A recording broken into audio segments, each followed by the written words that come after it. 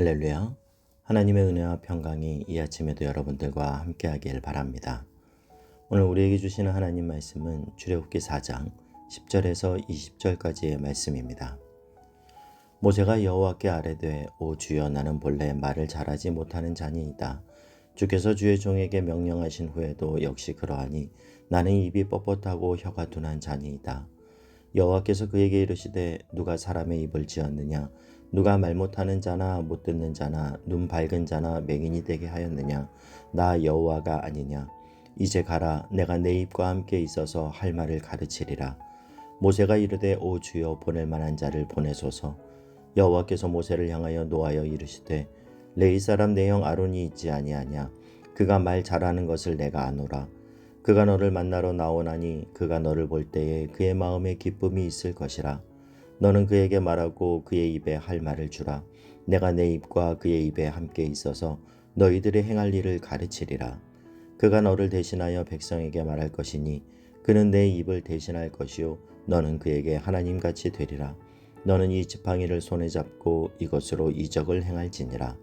모세가 그의 장인 이드로에게 돌아가서 그에게 이르되 내가 애굽에 있는 내 형제들에게로 돌아가서 그들이 아직 살아있는지 알아보려 하오니 나로 가게 하소서.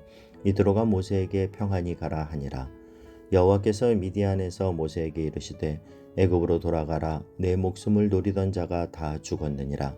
모세가 그의 아내와 아들들을 나귀에 태우고 애굽으로 돌아가는데 모세가 하나님의 지팡이를 손에 잡았더라. 아멘.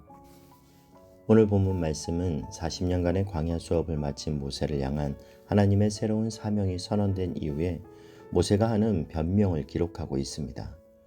하나님은 불붙는 떨기나무 아래서 모세를 부르시고 그에게 고통하는 이스라엘 백성들을 구해내라는 사명을 주셨죠. 그러나 모세는 하나님의 그 부르심 속에서 주저하고 망설입니다. 1절 말씀을 한번 보면요. 모세가 대답하여 이르되 그러나 그들이 나를 믿지 아니하며 내 말을 듣지 아니하고 이르기를 여호와께서 내게 나타나지 아니하셨다 하리이다. 모세의 이 말 속에서 우리는 모세 안에 들어있는 두려움이 무엇인지를 알 수 있습니다. 그것은 인정받지 못할 것에 대한 두려움입니다. 사람들이 자신을 인정해 주지 않을 거라는 불안이요. 일찍이 모세는 그의 힘으로 이스라엘 백성을 구원하고자 시도했을 때 세상적으로 상당한 지위와 권세와 능력을 갖춘 사람이었습니다. 그럼에도 불구하고 그들은 모세를 거절했죠. 모세는 그런 자신의 지난 날을 떠올리면서 그때도 백성들이 나를 거절하고 인정하지 않았는데 다 잃고 초라해진 지금 내가 그들에게 다시 간다고 무엇이 달라지겠냐라는 거예요.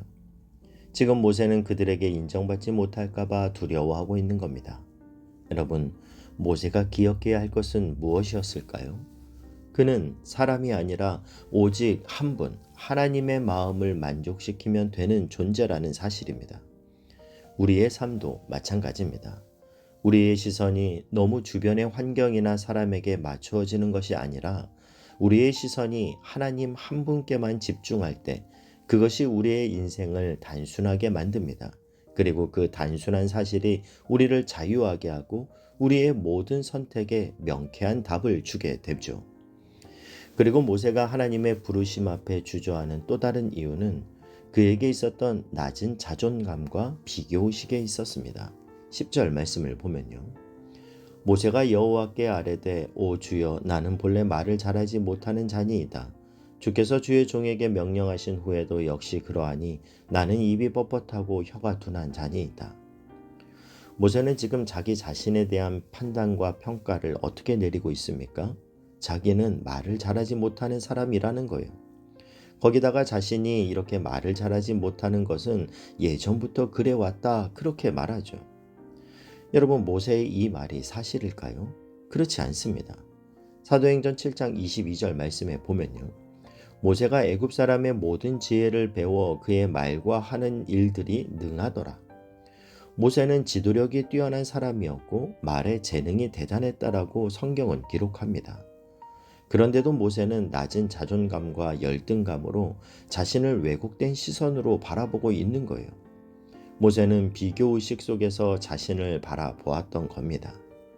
여러분, 사람은 다른 사람과 자기 자신을 비교하기 시작할 때 초라함을 느끼고 불행을 느끼게 됩니다. 어린 시절 제게 각인돼 있던 한 사건이 있는데요. 제가 어린 시절에 즐겨보던 TV 만화가 플란다스의 개라는 만화였습니다. 네로와 파트라슈의 우정을 그린 만화죠. 그 만화에 보면 어린 네오는 부모님 없이 할아버지와 굉장히 가난하게 살면서 우유 배달로 근근히 하루를 살아가는 불쌍한 아이였습니다. 그런데 어느 날 그 가난한 네로의 집이 화면에 잡혔는데요. 그런데 네로의 방에 침대가 있는 거예요. 너무 가난해서 파트라슈와 우유 배달을 하는 네로조차 침대가 있었던 거죠. 그날 제가 어머니께 물었습니다. 엄마, 우리 많이 가난해? 어머니께서 놀라면서 아니 왜 그런 생각을 했어? 아니 네로는 너무 가난해서 슬픈 아이인데 그런 네로 집에도 침대가 있는데 우리 집에는 침대가 없잖아. 어린 시절의 에피소드지만 이런 비교 의식은 많은 사람들에게 나타납니다. 사람은 다른 대상과 자신의 처지를 비교하기 시작할 때 인생의 감사와 기쁨을 잃어버리게 됩니다. 그것이 자기 자신에 대한 왜곡된 평가와 잘못된 판단의 틀을 만들게 되는 것이죠.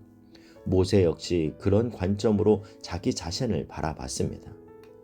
사실 모세와 하나님과의 이 대화는 3장부터 시작되는데요. 하나님이 모세를 이스라엘의 구원자로 보내시겠다라고 할 때 모세의 첫 반응이 3장 11절에 나오는데 이 부분을 세번역 성경은 이렇게 번역합니다. 모세가 하나님께 아뢰었다. 제가 무엇이라고 감히 바로에게 가서 이스라엘 자손을 이집트에서 이끌어 내겠습니까?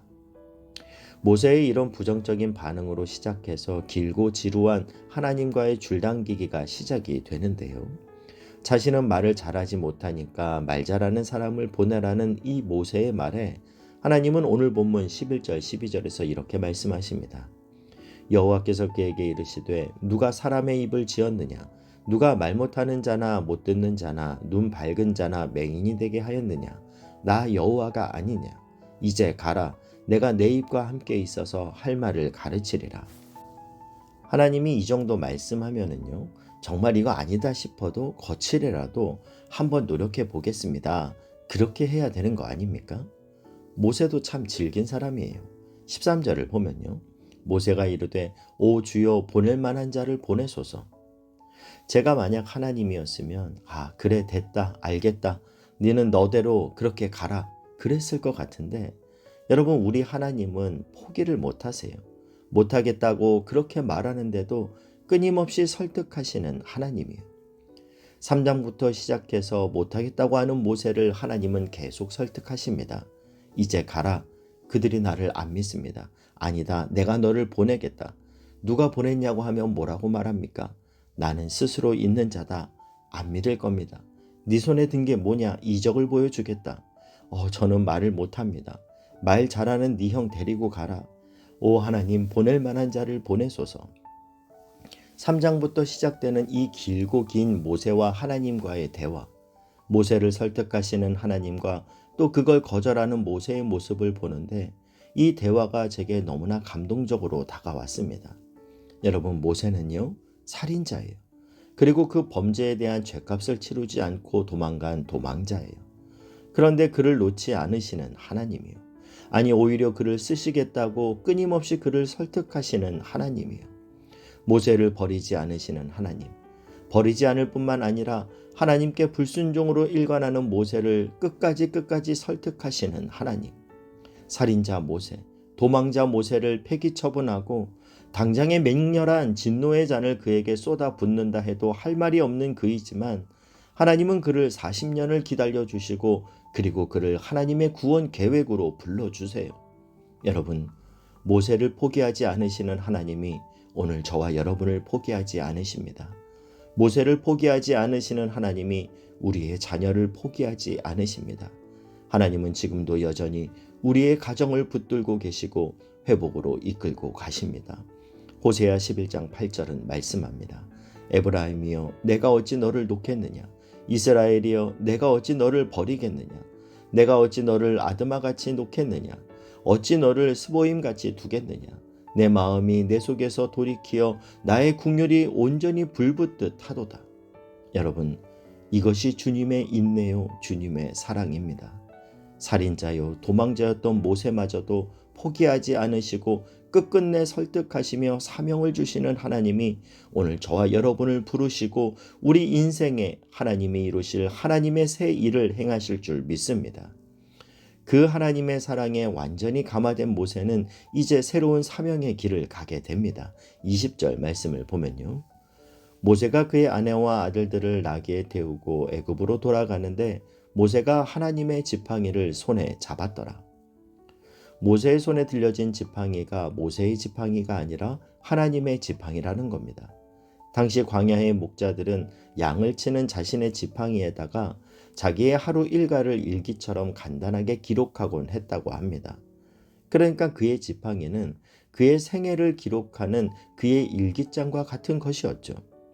결국 모세가 들고 있던 그의 지팡이는 모세의 생애, 그의 일생을 상징적으로 보여주는 것이었습니다.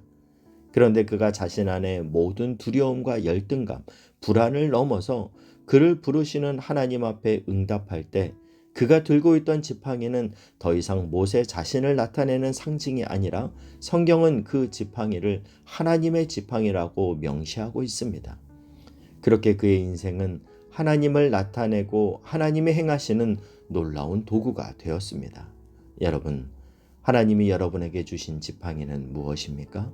어떤 이에게는 하나님이 건강을 주셨고, 어떤 이에게는 관계를 주셨고, 재정을 주셨고, 그리고 재능을 주셨습니다. 각자에게 들려진 그 지팡이가 단지 나를 위한 지팡이가 아니라 하나님의 역사에 쓰임받는 하나님의 뜻을 이루는 데 사용되는 거룩한 하나님의 지팡이가 되기를 축복합니다.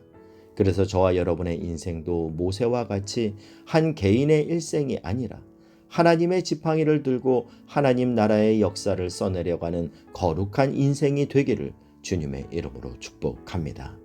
기도하겠습니다. 사랑하는 하나님, 비록 우리는 연약하고 비록 우리는 오늘도 실수하는 인생이지만 주님의 은혜가 우리 인생을 덮을 때 우리 안에 있는 모든 두려움과 열등감, 낮은 자존감은 극복될 줄 믿습니다. 지금도 나를 붙들어 주시고 포기하지 않으시며 우리 손에 하나님의 지팡이를 쥐어주시는 하나님의 사랑으로 인해서 우리의 인생이 새로운 정체성과 새로운 자부심으로 주 앞에 하나님의 지팡이로 거룩하게 쓰임받는 인생 되게 하여 주시옵소서. 예수님의 이름으로 기도하옵나이다. 아멘.